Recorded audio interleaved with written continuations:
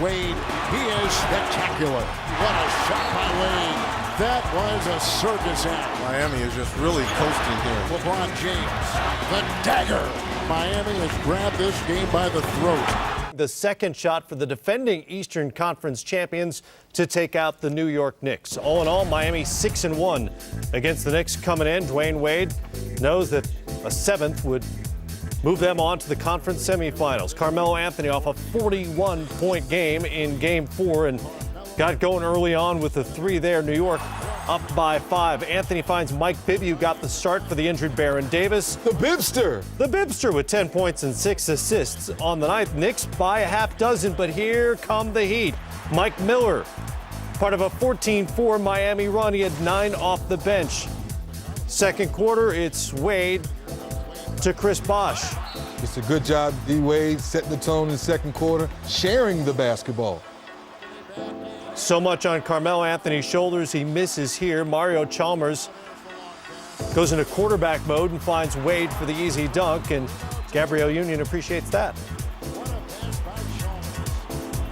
LeBron all over Melo. He misses, and look at the King take off. On the other end, finds his spot, finds a desirable defender. Mouse in the house. Give me the ball. There's a mouse in the house. We know J.R. Smith's a tough guy, but you're talking about the King in the post, Rob. Hey, the King is nice down there when he does go down there. I wish he would go down there more and do that right there. And a dribble later, it's a dunk for LeBron and a 10-point Miami lead. Knicks stick to it. Anthony to Amari Stoudemire for the dunk over Joel Anthony. He had 14 and 7. Just 4 of 7 from the field, though, before he fouled out in the fourth quarter. That cut it to 4. Could this be the Knicks' night? No. Wade and 1. The bump, the bucket. 12 in that second quarter, and Miami's lead is back up to 11. Third quarter, it's Wade splitting the D and the big finish. I think Tyson Chandler thought about trying to block that, and he changed his mind. He's a defensive player of the year. He's supposed to go get that. Anthony with a miss. Josh Harrelson couldn't get it done. Tyson Chandler eventually tips it in. LeBron James doesn't like what he's seeing. 7 and 11 for Chandler. Lead down to 8. But here come the Heat again. James with a miss. Chris Bosh with the putback dunk.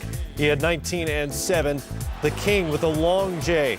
He's feeling it, huh, Kev? Yeah, and just like I said earlier, it's easy to shoot when you're up by 15. No pressure. And not your night if you're LeBron's opponent and he's knocking down shots like that. 29 points, 8 boards, 7 assists. He also hit 13 of 15 from the free throw line. This may sum it up. Amari Stoudemire recovered the loose ball, went for the dunk, but called for the charge. And he sort of...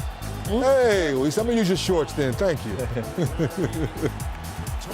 Afterward, close friends, mutual admirers, LeBron James and Carmelo hug it out till summertime. The Heat moving on. The Knicks are going home. And if you're keeping track, this means it's now 0-102 for teams that fall 0-3 in a best-of-7 series now. The Knicks are done. The Heat's 106 points is the most they've scored in a playoff game since April of 2009. In addition to his 19 points, Wade scored 2 blocks and becomes just the 5th guard to record at least 100 blocks in a postseason career. And before he moved on to the conference semis, Wade spent time with us via Cisco telepresence. Well, even though you win a series in 5 games, that doesn't mean it's easy at all. This team, really fought, gave us everything they had. Even losing guys, they never wavered from their confidence at one moment. So it was a hard-fought 5 games. I think we got better throughout this series. Well, D-Wade, so much talk about you and LeBron late in the ball game. Who's going to take over? Who takes the last shot? Is that something you talk about with LeBron, or was that Coach Spoelstra's call? You know what, Dennis, man, that's a good problem to have, for us to have multiple guys to be able to take the last shot and be able to create opportunities for other guys. So it's different things. Sometimes Coach Spoelstra run a play. Sometimes me and LeBron have the ball, and, we're going. We're in the flow. We might keep going. So it's just a read of the game. It's not nothing that you come in saying, okay, I'm going to take the last shot tonight no matter what's going in the game. You can't do that. You guys took the Pacers 3 out of 4 in the regular season. What comes to mind when you look ahead at first blush to that series? Well, first of all, we knew that was a team that was going to get better and better throughout the regular season. We played them early in the year, got like 2 wins early in the year. And we knew they was going to get better. I mean, they have a lot of size and inside. with David West added a lot to the team, a guy they can go to that can really score the ball, a guy they can go to in the clutch. And I think they're getting that game. I think George Hill being back from injury has helped them. So this is a very tough team. This is a very solid team, and we got to be on our P's and Q's every game to get a win. One of those wins against Indiana was back on March 10th, and it came down to the ball in Dwayne Wade's hands in overtime. The jumper there just inside the three-point line is pure, and with .1 left, Wade won it for the Heat. That after LeBron James scored his team's last 8 points of regulation. So that sets up the conference semifinals as you look at the raw numbers between these two teams in their regular season series. And Kevin, as we look ahead to game 1 and beyond of the conference semis, what do you think the biggest challenge is that Indiana can pose for the Heat? Well, I think they have a true center, and what I mean by that, he's an all-star, and I think that's the Heat's weakness spot. But at the end of the day, talent wins games, and there's really good players in this league, and then there's special players. And they have 2 special players in Wade and LeBron. And I think at the end of the series, 4-1, 4-2 at least, they're going to get it done. Yeah, they sort of stocked up on special players. You may have heard something about that last summer. How does this play out for Miami? Miami is a very talented team, as we see, but everybody's going to look at them and say, hey, they should go ahead and beat Indiana. I'm telling you, Indiana has a good ball club. They're very well coached. They're very disciplined, and that's the key about winning basketball games in the playoffs. You have to be disciplined. And the thing about Miami Heat, they're going to have to be disciplined also. They're going to have to stick with what they're doing, not change their game plan, because Indiana's going to throw a lot of different matchup problems at them. They're going to hit them with different things, and they're going to crash the boards. Not like they had this game. The only thing they had was Tyson and Chandler crashing the board. But they're going to have 3 and 4 guys crashing the boards.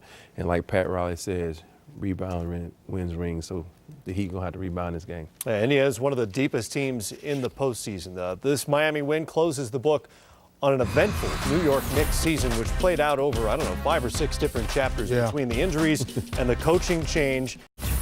Thanks very much with Carmelo Anthony. Carmelo, how hard did they make you work to score? It was tough. For the most part, they threw, Battier, LeBron. I even saw, D-Wade a couple possessions. But, at the end of the day, when you can't score in the playoffs, it makes it tough. I've been saying that. It was an up-and-down year for me.